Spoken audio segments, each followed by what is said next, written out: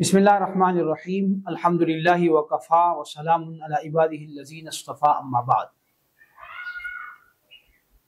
رضاعت کے بارے میں عموماً سوال کیا جاتا ہے کہ بعض اوقات چھوٹے بچے جو کسی کا دودھ پی لیتے ہیں تو اس سے دودھ پلانے والی خاتون اور دودھ پینے والے بچے کے درمیان کیا تعلق قائم ہوگا، اس کے کیا اثرات مرتب ہوں گے۔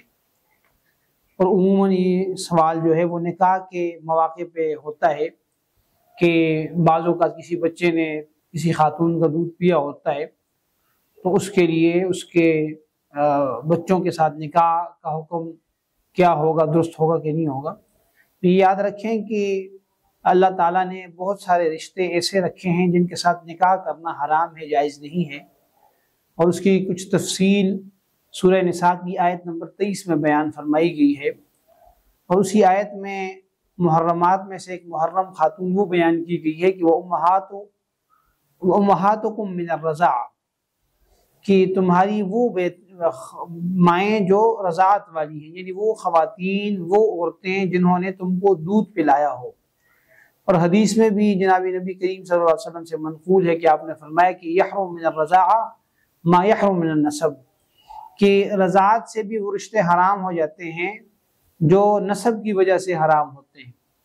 اور بعض روایات میں اس طرح کے الفاظ ہیں کہ یحرم من الرضاعہ ما یحرم من الولادہ، کہ رضاعت سے بھی وہ رشتے حرام ہو جاتے ہیں جو ولادت اور نسب کے رشتے حرام ہوتے ہیں۔ تو بہرحال رضاعت کی وجہ سے حرمت رضاعت کا ایک رشتہ ہے جو دودھ پینے والے اور دودھ پلانے والی خاتون یا لڑکے لڑکی کے درمیان قائم ہو جائے گا۔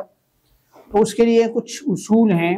ایک تو یہ ہے کہ جو بچہ ہے وہ مدت رضاعت کے دوران دودھ پیے۔ مدت رضاعت جو ہے وہ 2 سال یا 2.5 سال ہے، اس میں دونوں طرح کی آراء ہیں، اور دونوں طرح کی جو ہے وہ قرآن کریم سے دونوں آراء کا استدلال ہے۔ مثلا قرآن کریم کی ایک آیت ہے جس میں یہ فرمایا گیا کہ والوالدات یرضعن اولادہن حولین کاملین، کہ والدہ جو ہیں، بچوں کی جو مائیں ہیں، وہ اپنے بچوں کو پورا 2 سال تک دودھ پلائیں۔ اور ایک اور آیت میں ہے جس میں فرمایا کہ وَحَمْلُهُ وَفِصَالُهُ 30 شهرا، جس میں حمل کی مدت اور فصال کی یعنی دودھ چھڑانے کی مدت جو ہے وہ 30 مہینے بیان کی گئی۔ تو اسی یعنی ان دونوں قسم کی آیات کی بنیاد پہ فقہائے حنفیہ کے درمیان خود بعض فقہا نے 2 سال کا مدت کی مدت جو ہے بیان کی ہے مدت رضاعت کی، بعد میں 2.5 سال کی۔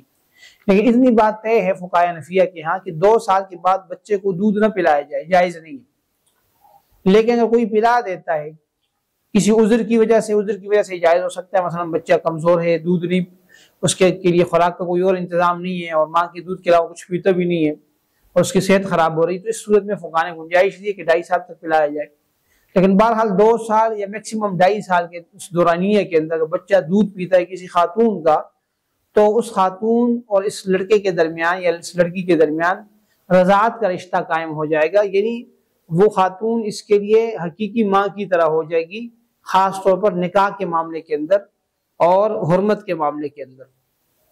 چنانچہ جو بچہ یا جو بچی جس خاتون کا دودھ پیے گا یا پیے گی، تو اس خاتون کی جتنی بھی اولاد ہے وہ اس کے لیے بہن بھائی بن جائیں گے، اور ان کے ساتھ اس کا نکاح درست نہیں ہوگا۔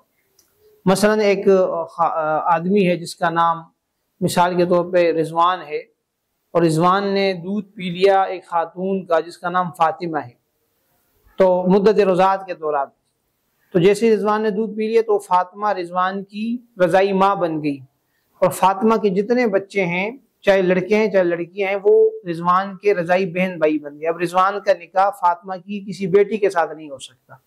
ہاں رضوان کے جو اور بھائی ہیں جنہوں نے فاطمہ کا دودھ نہیں پیا، ان کا نکاح جو ہے وہ درست ہوگا، بشرطے کہ اس میں حرمت کی کوئی اور وجہ موجود نہ ہو۔ تو حرمت کی یعنی اس رضاعت کی وجہ سے صرف رضوان کا رشتہ قائم ہوگا اس خاتون کے ساتھ۔ دوسری بات یہ ہے کہ فقہائے حنفیہ کے ہاں یہ بات عام ہے کہ مدت رضاعت کے دوران اگر بچے نے دودھ پی لیا، چاہے کم پیا ہو چاہے زیادہ پیا ہو، جتنا بھی پیا ہو، تو اس سے حرمت قائم ہو جائے گی، کیونکہ قرآن کریم کی جو آیت ہے یہاں پہ فرمایا کہ وَأُمَّهَاتُكُم مِّنَ الرَّضَاعَةِ، تمہاری رضائی مائیں۔ یہاں پہ یہ تفصیل نہیں ہے کہ وہ دودھ کتنا پیا ہو کتنا نہ پیا ہو، اس لیے تھوڑا سا بھی دودھ پئیں گے حرمت قائم ہو جائے گی۔ اگر اس میں بعض دیگر فقہا کا کہ اور بھی آ رہا ہے، لیکن بہرحال حرمت کا معاملہ ہے، اس میں احتیاط والا جو پہلو ہے وہ فقہاء حنفیہ نے اختیار کیا ہے، تو اس کے مطابق چلنا چاہیے۔ اللہ تعالی ہم سب کو عمل کی توفیق نصیب فرمائے۔ وآخر دعوانا الحمدللہ رب العالمین۔